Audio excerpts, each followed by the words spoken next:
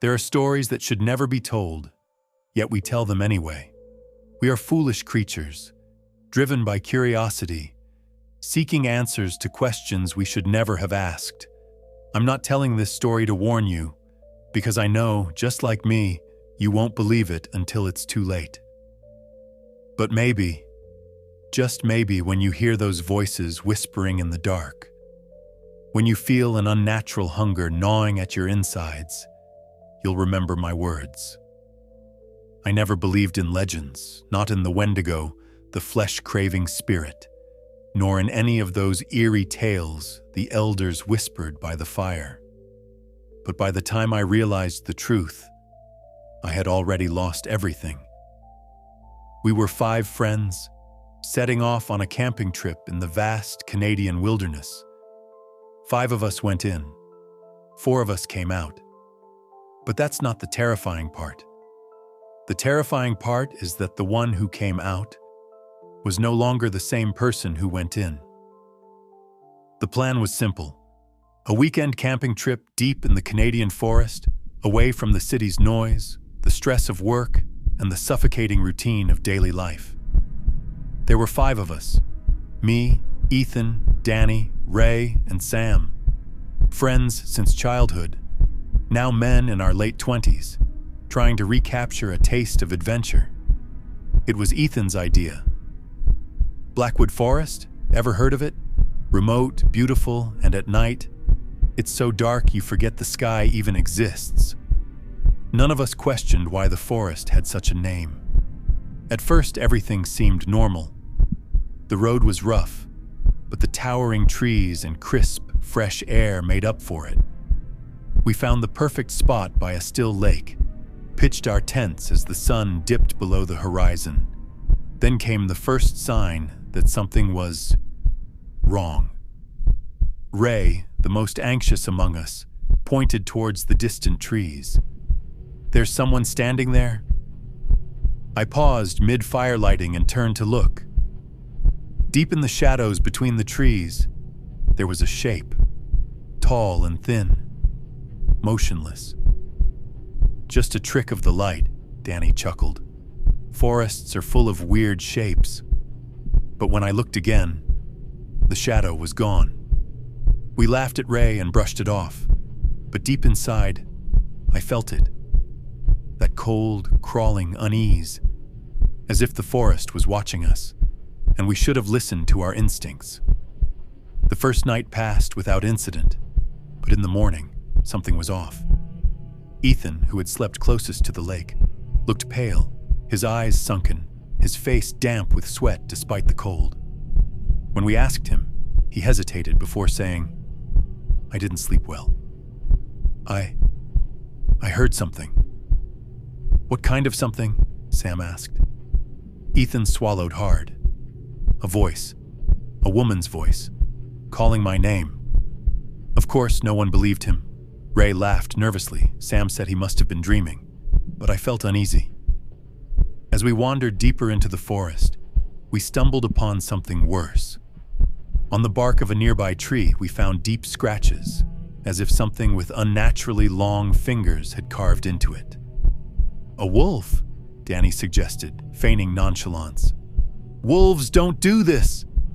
Ray ran his fingers over the gashes, then he pointed at something else. Footprints.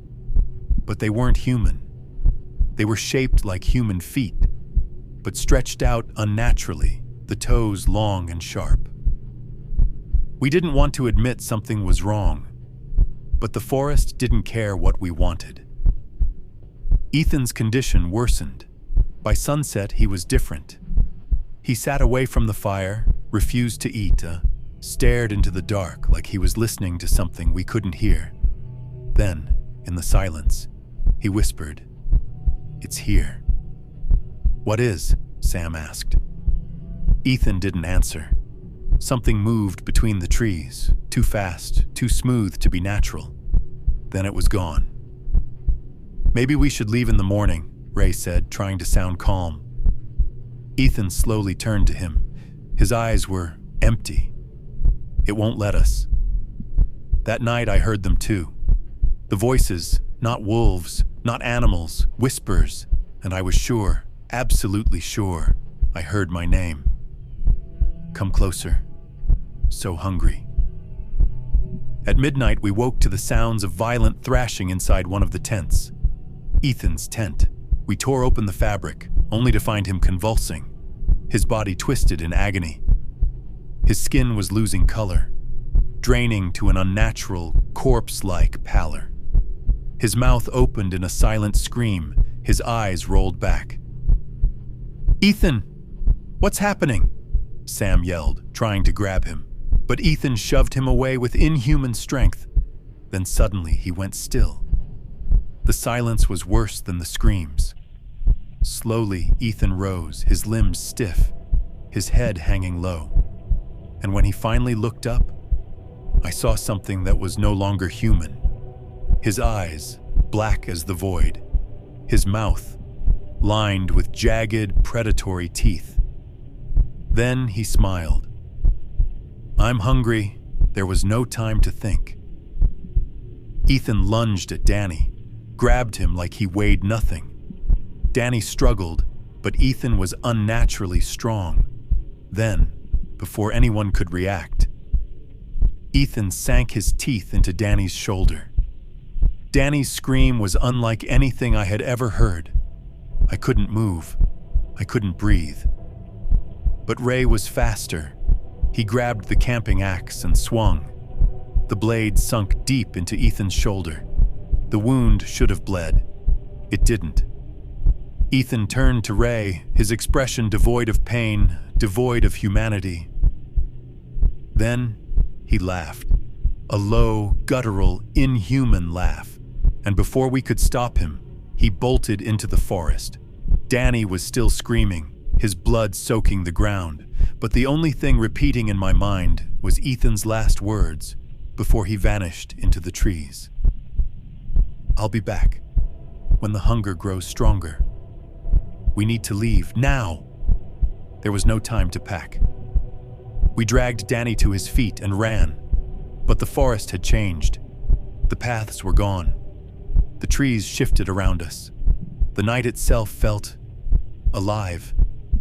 Then we heard them. The voices. "Hungry?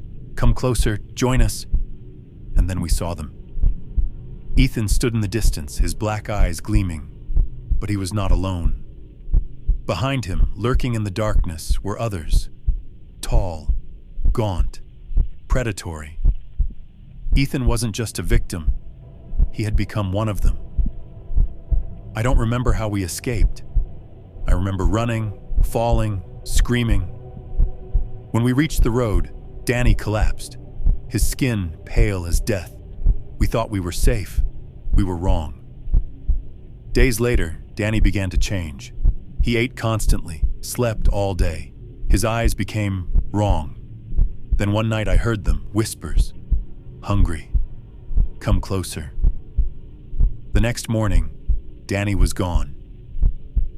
If you ever hear whispers in the woods, if you see shadows moving when there's no wind, if you feel a hunger you can't control, run before you become the next Wendigo.